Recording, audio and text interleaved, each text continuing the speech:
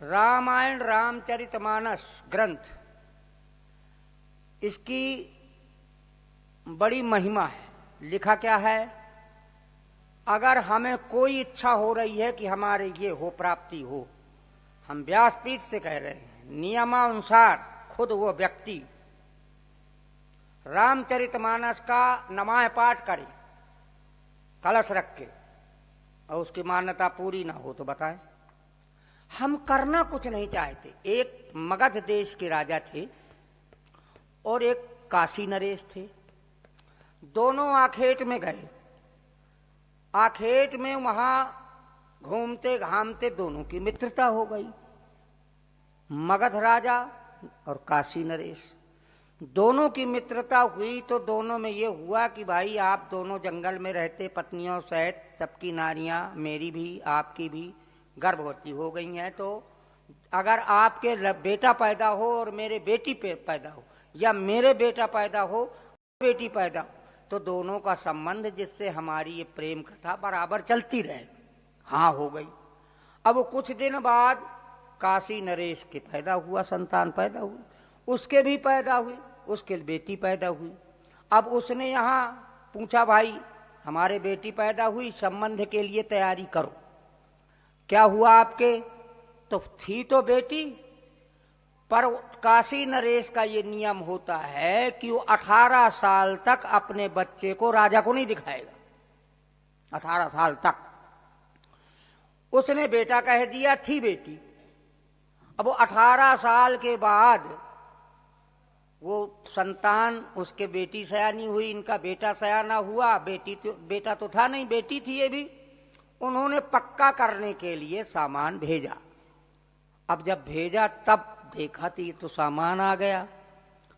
तो राजा से कहा कि अभी ये लौटा दो, फिर देखा जाएगा। नहीं नहीं, या तो हमें संतान दिखाओ क्या है। तो अब बेवास में होकर के संतान 18 साल पूरे कर रही थी, दिखाने था। दिखाया तो बेटी थी। इतनी बात बढ़ जाने के बाद अब उसको कैसे, राजा का काम, रजवाड़ा था, वहां भी राजा यहां भी राजा, सामान आ गया। अब वो बेचारा परेशान होकर के आत्महत्या करने के लिए काशी नरेश गंगा के किनारे किनारे जा रहे थे। उस समय तुलसीदास जी थे जिनने रामायण लिखी। तुलसीदास जी ने देखा, रे काशी नरेश परेशान है और ये कहां जा रहे हैं। तो काशी नरेश को बुलाया। क्या बात है, आप बहुत परेशान हो? कहा बस आत्महत्या करना है और कोई रास्ता नहीं है। पत्नी ने झूठ बोल दिया, थी बेटी, बता दिया बेटा। हमारी बात ऐसी लगी हुई थी कि मगध देश के राजा ने, वो उनके बेटी थी, दोनों को संबंध होना था, अब वो बेटी निकल आई। कोई बात नहीं, परेशान न। वहीं पर पीपल के पेड़ के नीचे गोस्वामी तुलसीदास जी ने कलश स्थापित किया और रामायण का पाठ 9 दिन पाठ किया। वो पंडित राजा के साथ बैठ करके, और जब 9 दिन पूरे हुए तो उसका जल, उसके छींटा मारा, उसको पिलाया और कहा ये जल जाके लड़की के छींटा लगा देना, लड़की के ऊपर डाल देना, भगवान करेगा अच्छा होगा। अब वो जल कटोरी में लेके गया और जैसे काशी में पहुंचा और लड़की के ऐसे छींटा डाला, वो लड़की से लड़का बन गया, बेटा बन गया। अब शादी।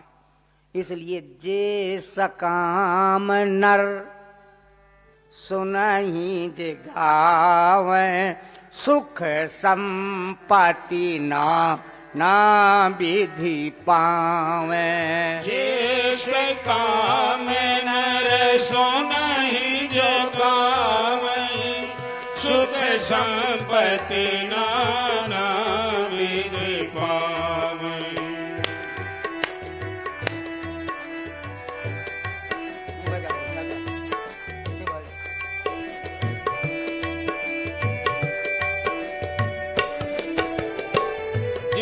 सकाम नर सुनहि जे गावै, सुख संपत्ति नाना विधि पावै। जे सकाम नर सुनहि जे गावै, सुख संपत्ति नाना विधि पावै। जो मन में सोचा जाएगा और इसका पाठ किया जाएगा, उसके घर में वो सामान अवश्य आएगा।